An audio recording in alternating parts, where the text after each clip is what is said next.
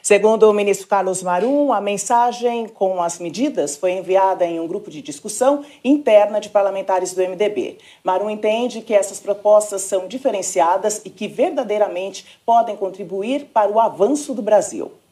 Bom, primeiro, gostaria de uma explicação sobre de onde viria essa sugestão de se criar uma corte acima do STF e com qual finalidade? Eu acho que a finalidade principal é de produzir um factoide, ou seja, um fato que possa servir de base para algum tipo de movimento da candidatura do PMDB. Porque isso não tem muita explicação lógica. Institucional. Né? E isso, de alguma maneira, cria uma espécie de diálogo com uma parte da sociedade que enxerga com muita crítica a atuação do Poder Judiciário. Porque nós temos isso no Brasil.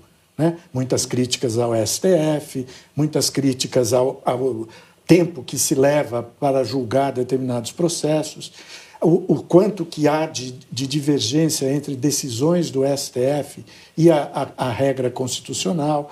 Então, me parece que é uma manobra oportunista do Carlos Marum. Né? Eu acho que no caso específico da criação de uma última corte, de caráter abertamente constitucional, não faz nenhum sentido na arquitetura institucional do Estado brasileiro, né? Que já tem cortes suficientes para dar conta de todas as demandas que existem aí.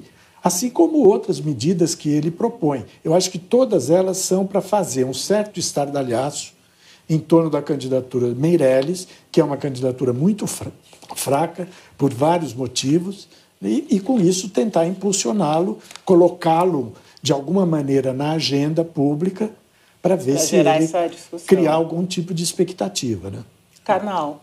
Meu colega Marco Aurélio é mais elegante do que eu e acha um pouco exótico. Eu acho francamente ridículo, é quase que uma piada nacional. No fundo, restaurar um poder moderador da Constituição de 25 de março de 1824 e então criar uma corte sobre a corte para vigiar a corte. Quem nós criaríamos para vigiar os tribunais de contas e depois, em cima dos tribunais de contas, quem vigiaria os tribunais? O problema não está em criar mais cortes ou ampliar necessariamente a corte, mas fazer com que as pessoas julguem temas constitucionais, que é para isso que existe uma Suprema Corte e não mais acidente automóvel ou causas trabalhistas. É isso que nós precisamos restaurar. O problema não é criar mais cortes no Brasil, é fazer as que existem funcionarem dentro do seu objetivo constitucional. E concordo inteiramente, é um factoide, ou seja, aquela expressão da política fluminense, em que você, não querendo que se preste atenção em alguma coisa, você inventa algo absolutamente esdrúxulo, absolutamente fora do tema, para as pessoas ficarem debatendo. É um factoide